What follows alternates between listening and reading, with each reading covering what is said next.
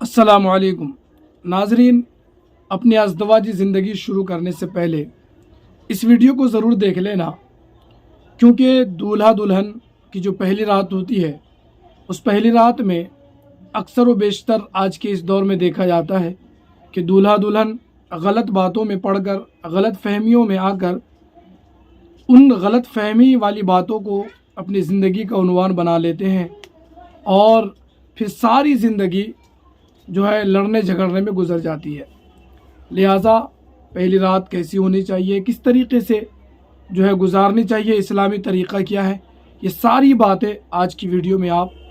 جو ہے جانیں گے، سنیں گے مفتی گلفام رضا صاحب کی زبان مبارک سے۔ چلیے ویڈیو شروع کرتے ہیں۔ اور شادی کی پہلی رات کو ہم کیا کریں، بڑا اہم مسئلہ ہے۔ بہت سے تو بڑی خرافاتیں کرتے ہیں شادی کی پہلی رات کو، میں ذکر بھی نہیں کر سکتا ان خرافاتوں کا، کیا کہ اللہ جانے ان کی خرافاتیں رہتی ہیں اور ان کا کیا مقصد اس خرافاتوں کے پیچھے رہتا ہے، وہ کب سے وہ سوچ کے رکھے ہوتے ہیں کہ یہ خرافات سب کریں گے۔ لیکن شادی کی پہلی رات کیا کرنا چاہیے اور کیا مطلب یہ شرعی اعتبار سے بہتر ہے، اسلامی طریقہ کیا ہے، وہ میں آپ کو بتانا چاہوں گا کہ جب شادی ہو اور شادی ہو کر کے دلہن ودا ہو کر کے اپنے گھر آئے، تو اب جب رات کو پہلی رات جب آتی ہے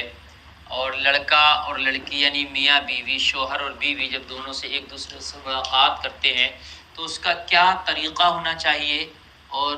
اس کو کیا کرنا چاہیے، یہ سارے معاملات ہیں جو میں آپ کے گوش گزار کروں گا، اور یہ بہت اہم ہے۔ بہت سے لوگ جو ہے پوچھنے سے، معلوم کرنے سے قطراتے ہیں، ان کو شرم لگتی ہے۔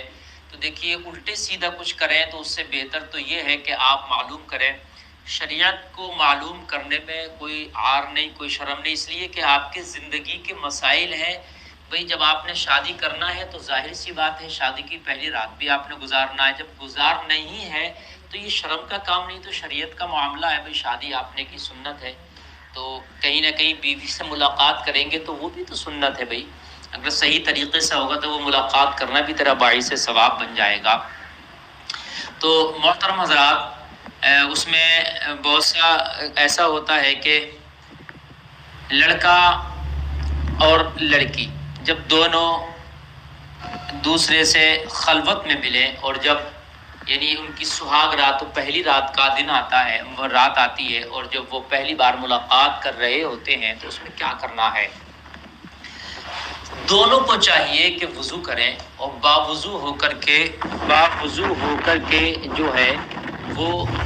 اپنے کمرے میں لڑکا آئے اپنی دلہن سے ملاقات کرنے کے لیے، اپنی بیوی سے ملاقات کے لیے۔ بیوی کو بھی چاہیے کہ باوضو وضو کریں دونوں، اور وضو کرنے کے بعد شکرانے کے طور پر دونوں دو رکعت نماز نفل ادا کریں شکرانے کے طور پر۔ اور اس کے بعد جب یہ نماز پڑھ چکے ہیں اور یہ شوہر بھی اور بیوی شکرانے کے طور پر دعا بھی کریں کہ یا اللہ آج ہماری زندگی کی یہ پہلی رات اور ازدواجی زندگی کا یہ سفر ہمارا شروع ہو رہا ہے، ہمارے ملاقات سے پیدا ہونے والی جو اولاد ہے وہ ہمیں اولاد صالح عطا فرما اور نیک اولاد عطا فرما، اس کی دعا بھی ابھی ہو جانا چاہیے۔ اس کے بعد پھر کیا ہے کہ شوہر اپنی بیوی سے ملاقات یعنی ہم بستری کرے، تو اس میں بہت سے لوگ، حالانکہ قرآن میں نساؤکم حرث لکم فأتوا حرثکم، کہ عورتیں تمہاری کھیتیاں ہیں، جس طریقے سے چاہو انہیں مطلب جو تو فأتوا حرثکم، انہیں جس طریقے سے چاہو یعنی کھیتی کرو جو تو اس کا مقصد یہ نہیں ہے کہ کچھ اتنے الٹے سیدھے طریقے ہو جائیں کہ جس میں طبی اعتبار سے بھی نقصان ہے، جسمانی نقصان بھی ہے، اور کہیں نہ کہیں اس کا جو ہے اثر اس کی آنے والی نسل پر، اولاد پر بھی پڑتا ہے۔ بہت سے الٹے سیدھے طریقے اپنائے جاتے ہیں اور الٹے سیدھے طریقے استعمال کیے جاتے ہیں،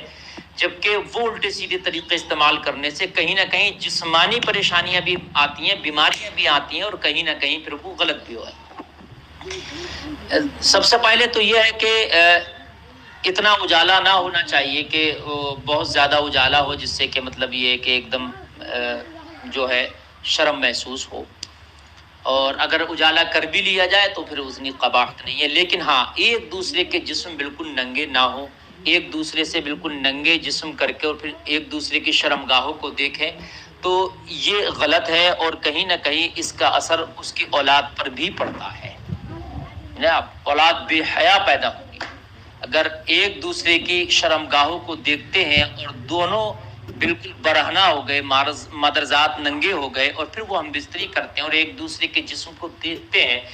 ایک دوسرے کے نظریں ایک دوسرے کے جسم پر پڑتی ہیں تو اس کا اثر کہیں نہ کہیں اس کی آنے والی اولاد پر پڑتا ہے، یعنی اولاد جو ہے وہ بے حیا پیدا ہوتی ہے۔ پھر دعا کراتے ہیں، تعویذات کراتے ہیں کہ ہمارا بچہ بڑا ضدی، بڑا بے حیا ہے، بڑا بدتمیز ہے، اس کے لیے کچھ دعا کر دیں۔ تو اس کے شروع سے ہی ہم کو یہ لے کر کے چلنا ہے کہ ہمیں اس طریقے سے نہیں کرنا ہے کہ ہماری اولاد بے حیا پیدا ہو۔ امی عائشہ رضی اللہ تعالی عنہ فرماتی ہیں کہ آقا کریم صلی اللہ تعالی علیہ وسلم جب ہم بستری فرماتے تو چادر ڈال لیا کرتے اوپر سے، یعنی چادر اوڑھ لیا کرتے۔ چادر اوڑھنے کا مقصد یہ ہے کہ جسم مکمل برہنہ نہیں رہتے تھے، جسم برہنہ رکھنا یہ سنت نہیں ہے، تو آقا چادر اوڑھ لیا کرتے تھے، یعنی ڈھک لیا کرتے تھے جسموں کو۔ تو اس سے آپ اندازہ لگائیں گے کہ جہاں تک ضرورت ہے وہاں تک کپڑا جو ہے الگ کیا جائے، اس کے بعد میں جو ہے جسم کو کپڑے سے ڈھانک لیا جائے، یہ سنت طریقہ ہے۔ بہت سے لوگ کیا کرتے ہیں کہ الگ الگ ان کے طریقے رہتے ہیں ہم بستریوں کے، اللہ جانے، میں ان کو بیان بھی نہیں کر سکتا اور نہ ہی شاید ہمارے ذہن میں بر وقت وہ آ سکتے ہیں، لیکن جیسا کہ لوگوں کی زبانی سنا جاتا ہے کہ بڑے جانوروں والے طریقے وہ استعمال کرتے ہیں اور اس طریقے ایک دم حیوان بن جاتے ہیں، لگتا نہیں کہ انسانوں کا یہ ان کا معاملہ ہے۔ دیکھیے دو طریقے ہیں جو اسلامی طریقے ہیں ہم بستری کرنے کے۔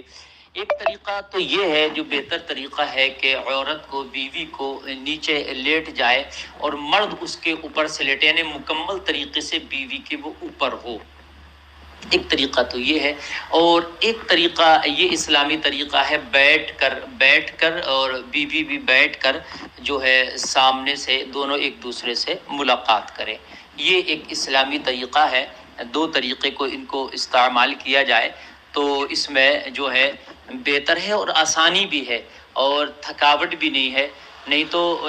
بہت سے مشکل طریقے ہیں، پھر اس سے کیا ہے جسمانی ایک عجیب طریقے کی تھکاوٹ بھی ہوتی ہے اور پھر کہیں نہ کہیں جسمانی بیماریوں میں بھی انسان مبتلا ہو جاتا ہے۔ اچھا، اگر پہلی رات اگر شادی ہو کر کے بیوی آئی اور آنے کے بعد میں وہ ہم بستری کر رہے ہیں تو یہ دیکھیں اگر بیوی کو اس وقت پیریڈ چل رہا ہے، یعنی حیض کی حالت میں ہے، تو پھر اس سے ہم بستری نہ کرے، اس لیے کہ حیض کی حالت میں ہم بستری کرنا منع ہے، اور ایسی حالت میں ہم بستری کرنے سے شوہر و بیوی دونوں جو ہے بیماری میں مبتلا ہونے کا خطرہ ہے، دونوں بیماری میں مبتلا ہو جائیں گے۔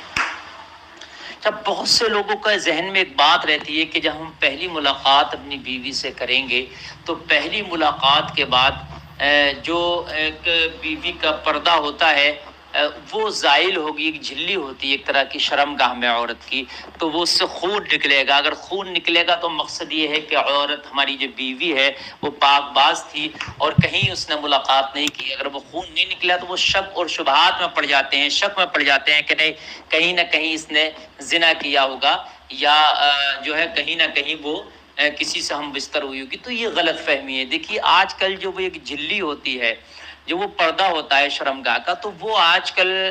جو ہے زیادہ کودنے سے یا بھاگنے سے یا زیادہ بھاری وزن اٹھانے سے بھی وہ پردہ زائل ہو جاتا ہے۔ وہ ضروری نہیں ہے کہ وہ پردہ جو پہلی مرتبہ ملاقات ہو تبھی وہ زائل ہو۔ دیکھیے پہلے اہل عرب کی عورتیں کھجور کھاتی تھی، وہ بہت مضبوط ہوتی تھی تو ان کا پردہ بھی بہت مضبوط ہوتا تھا، تو کبھی کبھی تو ایسا ہوتا تھا کہ وہ ہم بستری سے بھی زائل نہیں ہوتا تھا، اس کو باضابطہ طور سے زائل کیا جاتا تھا، اس کو توڑا جاتا تھا، سمجھ رہے ہیں آپ، اس طریقے کا وہاں پر عمل کیا جاتا تھا۔ لیکن اب تو کیا ہے وہ غذائیں نہیں اتنی مضبوط، تو وہ پردے بہت ہلکی سی خفیف سی جھلی ہوتی ہے کہ جو اٹھنے بیٹھنے اور کبھی زیادہ بھاری وزن اٹھانے کھیل کود سے چوٹ لگ جانے سے گر جانے سے بھی وہ زائل ہو جاتا ہے۔ تو اس وقت پہلی ملاقات جب پہلی رات بیوی سے ہم بستر ہو رہے ہیں تو یہ ضروری نہیں ہے کہ وہ پردہ زائل ہو کر وہ خون کا نکلنا ہے، خون کا زائل ہونا ضروری ہے، یہ جہالت ہے، یہ بیوقوفی ہے۔ اگر خون زائل نہیں بھی ہو تو ہو سکتا ہے وہ پردہ پہلے زائل ہو چکا ہو۔ اللہ تعالی ہمیں شریعت پہ عمل کی توفیق عطا فرمائے۔